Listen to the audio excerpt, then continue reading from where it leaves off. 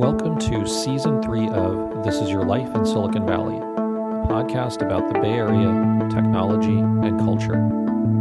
I'm your host, Sunil Rajaraman, and I'm joined by my co-host, Yasha Kakis-Wolf. What's happening, Sunil? I can't see you right now, but we figured out how to figure or make our iPhones, work properly. I mean, you probably don't know this about me, but whenever we do our podcast anyways, I just close my eyes and have a picture of you in my head and just listen to your buttery smooth voice.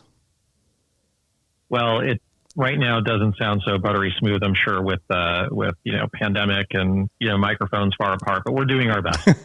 We are. I was on Twitter. I was going to say yesterday, but the reality is that I'm on Twitter like all of the time now. But I was reading one tweet. I'm going to read it to you and then see if you can guess where it's from. Unnamed person that tweeted this.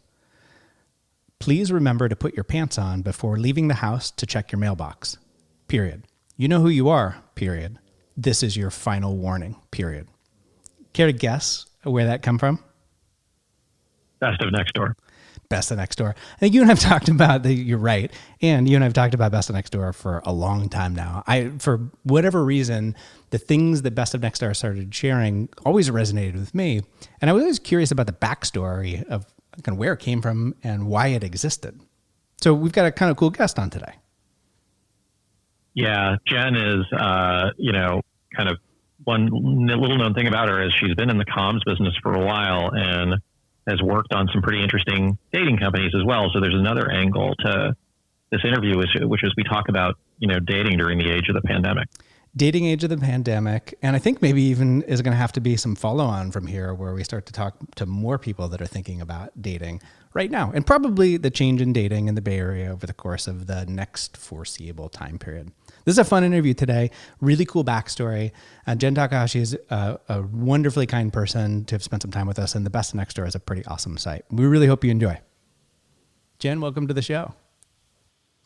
Thanks so much for having me. I'm so excited to be here. You might be the first person who actually gets to do an interview that's either not on the phone and not in our tiny little hot closet. Sunil is actually super excited about it. He was getting really tired of sitting in the tiny little hot closet with people. So wait, is this your first Zoom interview? This is our first Zoom interview. This is the first time that all three of us are working from home and talking to each other for the first time too. Yeah, our first post-pandemic interview. However, it should be noted that we have done a couple of phone interviews before. The first was Patty Stanger, the $1 Million Matchmaker, and Tony Hale from Arrested Development. And nice. So you're in good company. Yeah, geez, I'm intimidated now. We totally should be. But the good thing is that you don't have to see either one of us sweating in a little closet. So that's good news. Hey, Jenn, are you from the Bay Area? Yes, I'm from, I don't know if you guys know where Tracy is. Yeah. A couple hours away. So yeah, that's where I'm from. And it's a pretty small town. And it's funny because I think that's actually what inspired my love for Next Door is because I still actually subscribe to the Tracy Press police blotter. And it just brings me so much joy to my day. I can't explain why, but like looking at the police blotter and seeing how people are calling the cops on chickens that mysteriously scratched them. And then like the police come out and then it turns out that someone just made up this whole chicken scratching story. Wait, yeah, what? It's a very Say that again? Yeah. Is Tracy, people get scratched by chickens and they call the police? Well, that's an example of a recent item in the police blotter. Wow. So it's like, I love that kind of, I don't know, those types of little episodes always kind of remind me to not sweat the small stuff. And so yeah, that's where I'm from. I'm from Tracy, and everyone should check out the Tracy Press police blotter. Well, that's an awesome plug. When did you move to San Francisco? Actually, or do you live in San Francisco or do you live in one of the surrounding boroughs? I do. I live in Soma. Oh, that's like in the middle of it all. Yeah. So I moved to San Francisco in 2007, I think. So yeah, I've been here for quite some time. Oh. Well, I know we want to talk a lot about Best of Next Door, which, we're going to bookmark that in a second. But I actually find the thread of your career pretty interesting. And so you are currently running comms for a very popular dating site, and you've had a couple of other stints like that. So can you just tell us a little bit about your current role? Yeah, thank you. So cool, because I actually do PR. So this is like, oh, cool, I can count this as a PR placement.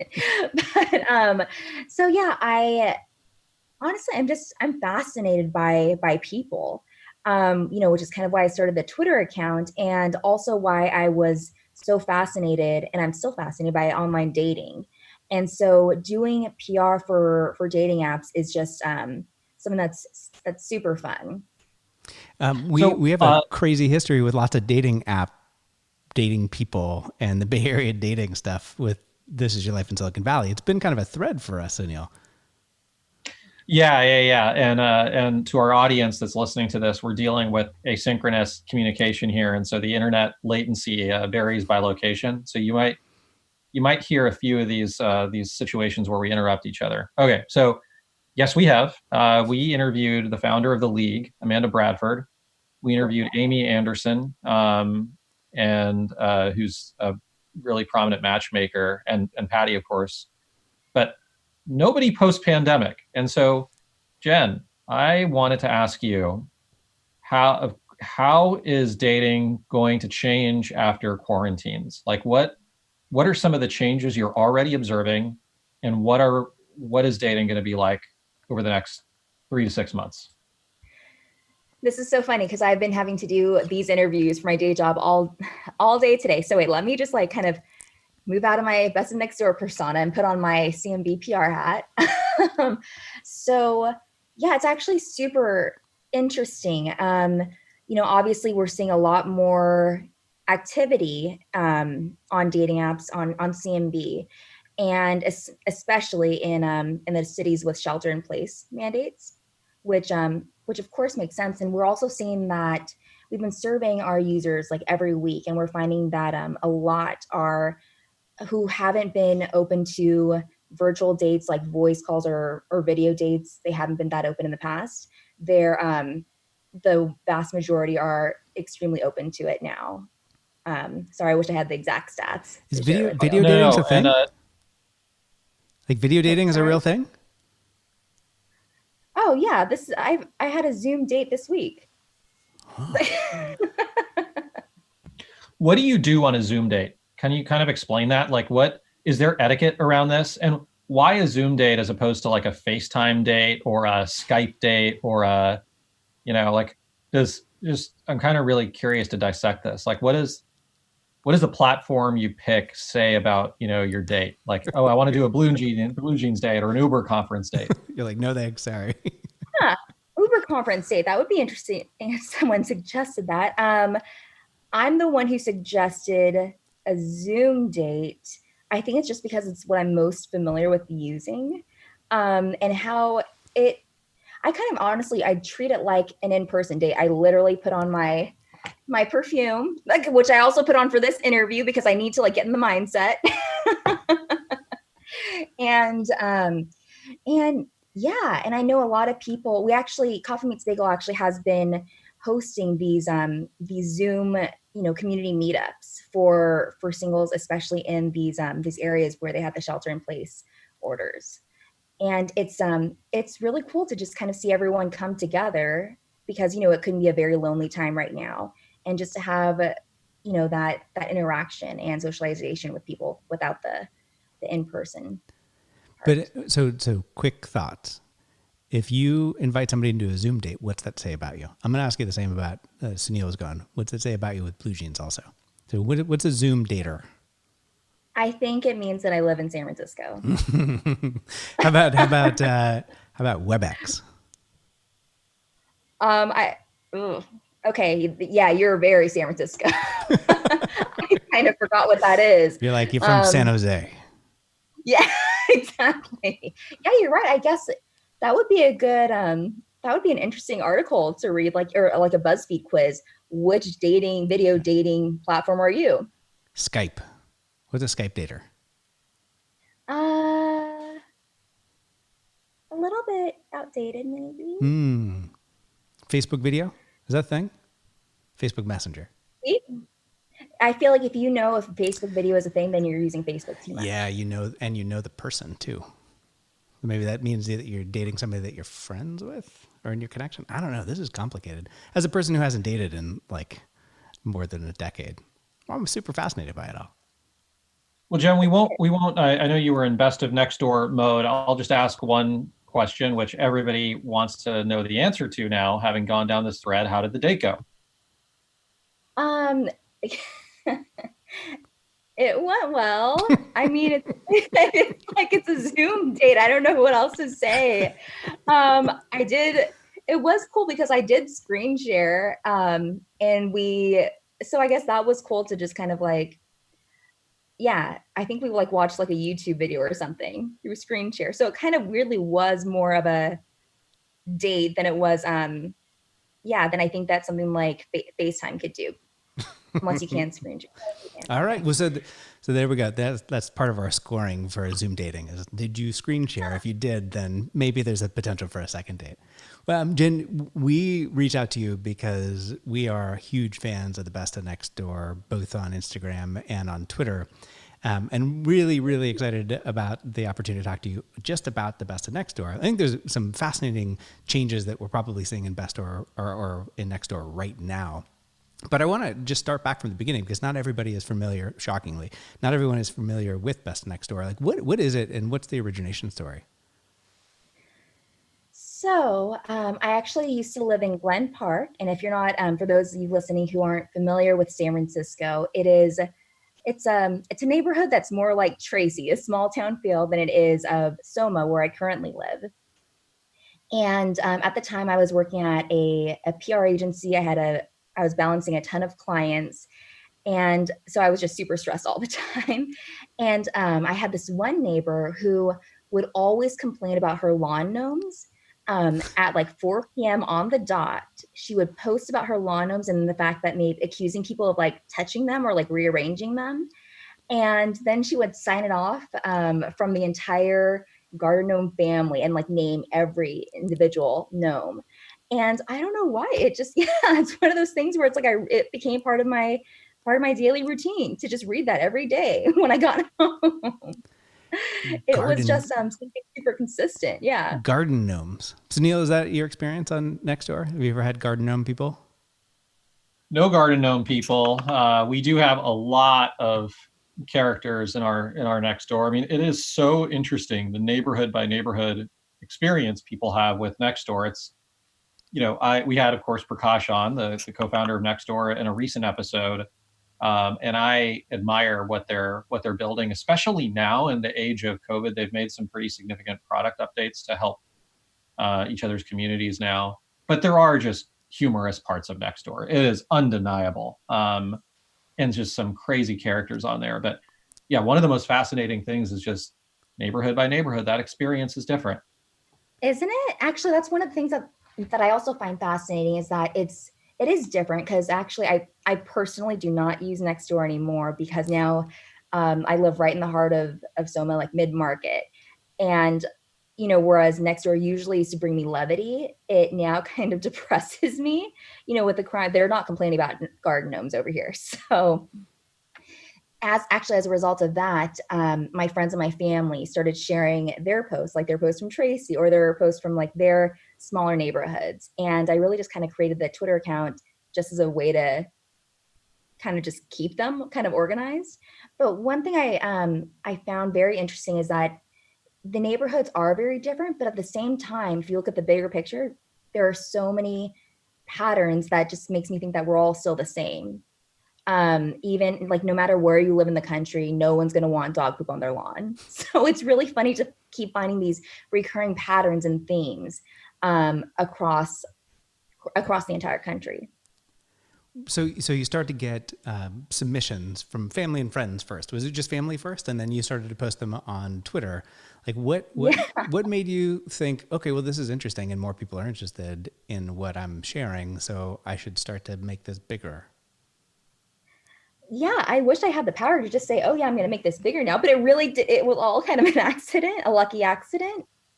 And I would see what other people were posting, and I would just kind of, I thought that they were all hilarious. And then I think one of the bigger breaking moments is a couple months after I started the Twitter account, I did see a tweet saying, oh my God, my next door thread just got so lit that it actually caused my neighbors to brawl at a library.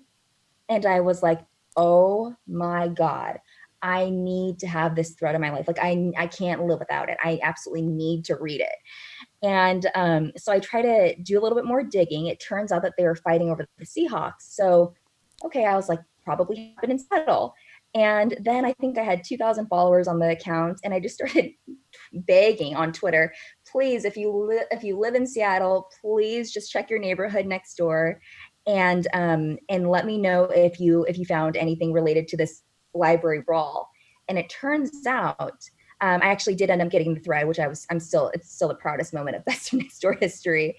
But what had happened was someone actually has a cannon that they fire every single time the Seahawks score a touchdown. That's it's like, I lived in Seattle for many years, and it's such a Seattle thing. Really? Such a Seattle thing. Did you have any experience with yeah, I know there's cannons. I know there's also fireworks that really irritate some people. Yeah. Seattle is kind of insular in a way that would make that thing happen and be a real thing that happens over and over again. Each neighborhood is kind of its own thing. And because Seattle is kind of removed from the country, this is my own theory, it's pretty far up north into the Northwest. It is isolated enough to where any of the sport teams become almost cultish. And so the insular neighborhood plus the focus on the particular sports teams that are there makes it make perfect sense. I would have never known about the Seahawks canon were it not for the Best of Next Door, by the way. Did you read it? Absolutely. Okay, good. I'm still obsessed with it. Oh my God. And whose side are you on though? Would you be on the side of the person firing the cannon or non-canon? I think I'm the canon person. Like I would be completely annoyed if I lived in that neighborhood. And at the same time, like whatever, it's their thing. They like sports. They like the Seahawks. I don't happen to like the Seahawks, but the Seahawks, so go ahead and fire off your cannon. Like good for you. It's just a thing. It's only going to happen once a week, right? For several weeks. It's not going to happen forever. Yeah. Honestly, I'm also torn because I actually do like the Seahawks, but I also know that my cat would be freaking out. And then I would just feel really bad, and I know it would really annoy me. So I'm pretty torn. People also had very interesting reasons about why they didn't like it. I guess one person liked to, why can I only think of TiVo? But they like to TiVo the games. Yeah, no, I feel very outdated. That's karma for me saying Skype was outdated. But they only like to TiVo their games. And so they felt like hearing the canon was kind of like a spoiler alert. And that's one reason why I didn't like. So everyone had just very different reasons. Yeah. Super fascinating. I liked that one, especially as one of the big ones in the stories that you introduced, at least to me. Like, are things changing right now? Like, do the submissions they get? Well, actually, the first question is, where do you get submission from today? Like, who sends them to you? How do you get them? Everybody. And I say everybody because even like my mom is texting me and calling me because she's mad at me because I haven't read her submission yet. Thanks, Mom. And then it's really great because, I'm getting really kind of getting this insight from, all around the country and, now from other countries as well about their neighborhood drama. But we get submissions through, honestly, through Twitter via DM or mentions. And that's for both Best of Next Door and my personal Twitter. And then I was just getting so many email submissions that I created a Facebook group, a private Facebook group where people could post. And then I felt like, okay, if the post is doing well, then it probably would do well on the Twitter feed as well. So I tried that. But yeah, there's lucky to get a ton of submissions from all over the place. And since the COVID-19 outbreak, submissions have actually tripled. So so it's been pretty crazy. So when they triple, like what's that going through? They're going from tens or hundreds to thousands, or Like, what's the volume that you have to deal with? This is a fascinating problem to try and solve for. Like, how do you curate and what's the scale that you curate in?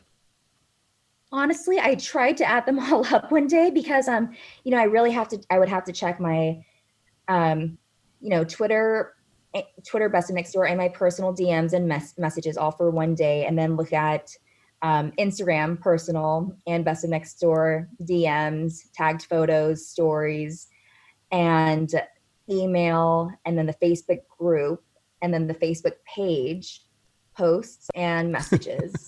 That's a and lot. Then personal messages. So I've been trying to, but that's why it just gets super overwhelming. But it seems like a full-time job. Yeah, that's why it takes me a long time to kind of read all the submissions. Yeah, probably definitely over 100 a day. Wow. One of these days I'm going to sit down and I'm actually going to add them all up. Yeah. That's a crazy number. It's a lot. So have they changed, like the types of submissions changed materially over the last few weeks? Yeah, definitely. What's really inspiring to me is how many people are helping their neighbors, and it was kind of tricky because I really wanted Best of Next Door to be a place where it could just bring a little bit of levity to Twitter. And there's nothing, when everything kind of started spiraling, I posted one actual Best of Next Door post from San Francisco where someone said, if any of our neighbors need anyone to do grocery shopping, we would love to help. And so I posted that, and then I said that this is going to be the only thing I ever post about COVID-19 because I really want to stay true to my mission of bringing levity. But then it just felt very kind of like just inauthentic to be posting about things that we know people are not complaining about right now. And then I started also getting some submissions that would honestly just kind of make me laugh. Like, for example, seeing people trying to come up with the song that they're going to sing to go viral like the Italians. So, because I found that was making me laugh, I was like, okay, maybe I actually can change my stance and, try to just be very thoughtful in what I'm posting. So that way it's still trying to bring levity. Yeah. But yeah, seeing a lot of really great helpful examples. And also it's basically just basic Next Door or regular Next Door amplified. We're still seeing the really kind submissions, neighbors really helping each other. Right. We're still seeing the petty arguments. We're still seeing the conspiracy theories. I'm still getting, unfortunately, the bad stuff, which I try not to touch by bad stuff. I mean, the racist, submissions and everything. But overall, it's been really exciting to see that when I share the actual Best of Next Door examples of neighbors helping others, it's cool to kind of, read through the comments and see that post, so what someone did in their neighborhood actually inspired, a follower to do the same in their neighborhood. Right. So it's really cool to see that domino effect of, actually people getting inspired by Best of Next Door or by, these Next Door submissions to actually help their neighbors. Yeah. No, I totally appreciate that. I found myself using Nextdoor more frequently. I live a little bit north of San Francisco, and our neighborhood had been active already, and it seems to be even more active now. So I have one last question for you, and then our kind of traditional question that we ask that I just wanted to precede for you so you could think about it a little bit. The one question that I want to end on is, across all the social networks that you spend your time, is there a follow that you would make as a recommendation to all of our listeners? So that's the final question. But before we get there, two questions that masquerading as one. First is all about Nextdoor. One, is there anything that Nextdoor could do, or is it really just where you live, that would put you in a position where you... Oh, sorry, I actually couldn't hear. Oh, no. This is the challenge sometimes with trying things in a different environment. You never know what all the things that are going to happen. Oh, okay. It just pops in and out of the sound around. So first question is, with Nextdoor, is there something that could happen that would bring you back onto it? With Nextdoor, is there something that could happen that would bring you back onto it? You're not on Nextdoor anymore. Is that right? In Soma, you're not on Nextdoor. Correct. I'm not on Nextdoor. However, I am actually thinking about getting back onto it. I am getting inspired by some of the submissions that I'm seeing about, neighbors helping neighbors. And I kind of want, yeah, it's actually kind of on my to-do list to download it again and just see how I can help. And I know that they've released some new features, but I don't really know firsthand what they do, but I heard that they're really great in terms of helping your neighbors. So I'm excited to check those out. Ooh, so that's a great segue. And second part of the question is, what is the one feature that you would hope that Nextdoor has when you join again? Oh, I would love it if they could include like a little button, submit directly to Best of Nextdoor. All right, well, we'll know some people. We'll see if we can get that to happen.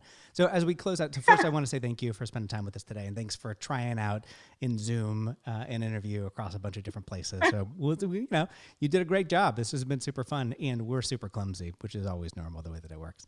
So the last question is, on the networks that you spend your time, who's a recommended follow that you'd give to our listeners? On Twitter @LewisGray. He is, honestly, this sounds so sappy, but okay, we actually met on Twitter because I'm addicted to my Diet Coke. And so is our friend Adam Stinger, Adam will kill me. I'm sorry, Adam Stinger does not like Diet Coke, but he knows someone else who does, and that's Lewis Gray. So we're connected that way. But Lewis is just one of the smartest people that I've ever met, and also one of the kindest. He's always posting really great insights about Silicon Valley, and also just kind of, he's always posting about ways to help the community. He's just a really good person overall. Oh, I love that.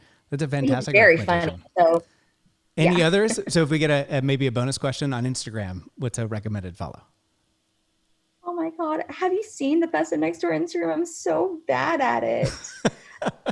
Oh my God, I know this one. We Rate Dogs, who I love. I love that.